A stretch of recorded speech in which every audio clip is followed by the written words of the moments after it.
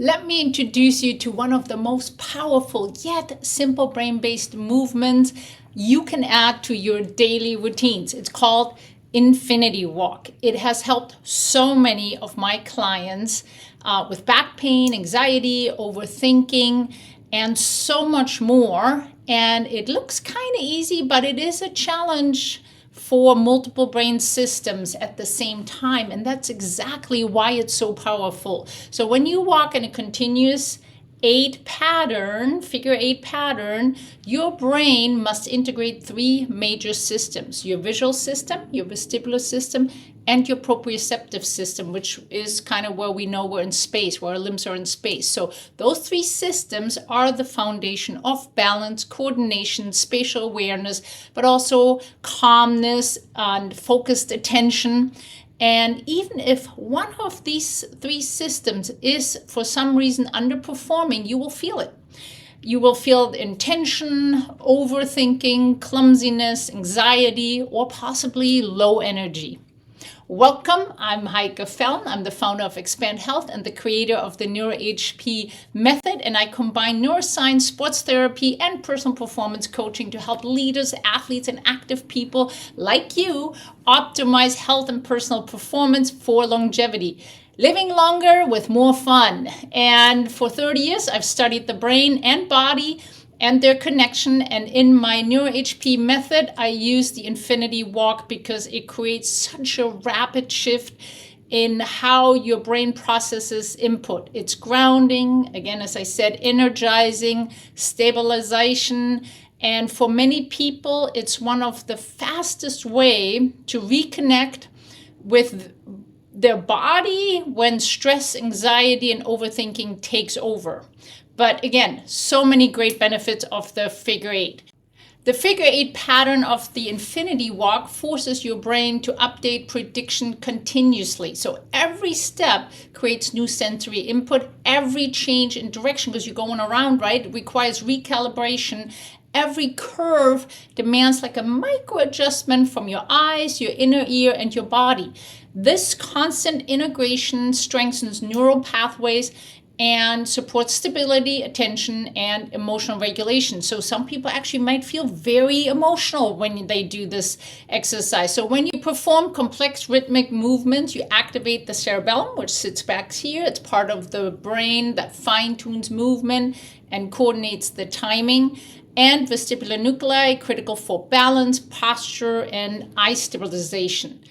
The visual cortex, I've talked about it a lot, super important, responsible for mapping space, tracking the environment, and orientate your body and as you move through space, right? And the prefrontal cortex right here in front, the part of the brain that manages planning, focus, and emotional control.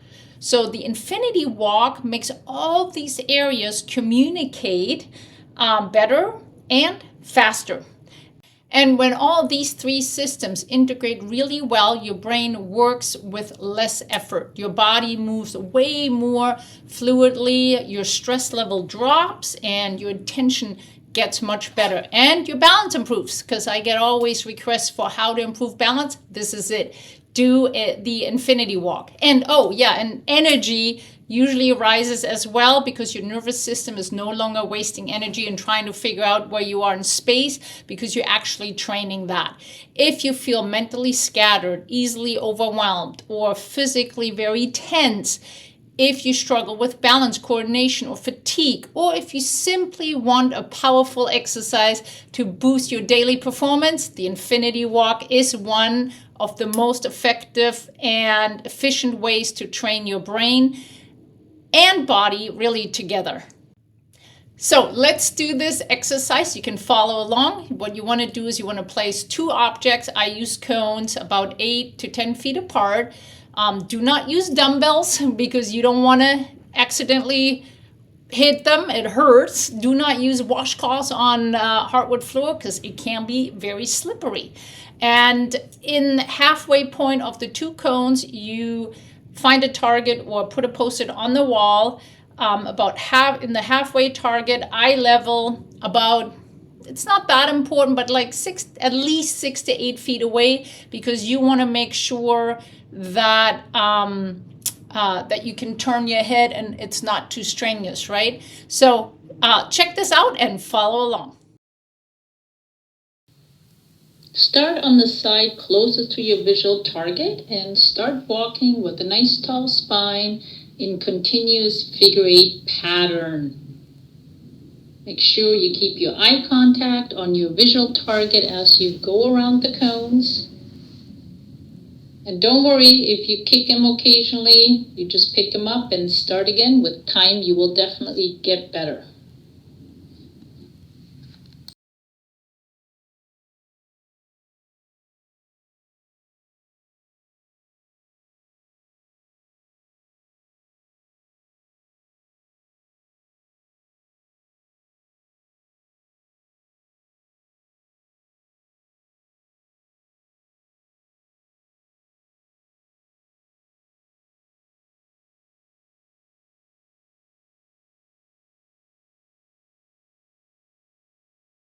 As you get better with time and you practice this, you may also vary your speed, sometimes go slower or faster, or even run.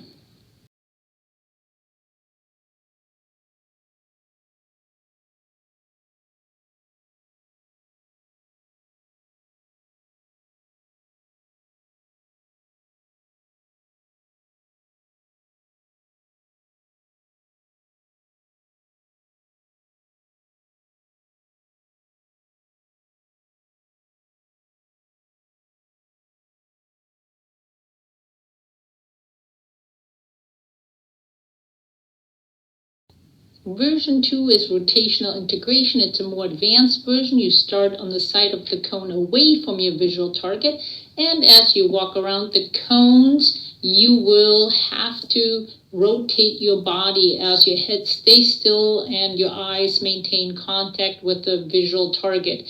Now, the rule still is you only walk forward, so no sidestepping, no backwards walking, which means you kind of have to spin right on the spot while maintaining eye contact with your visual target.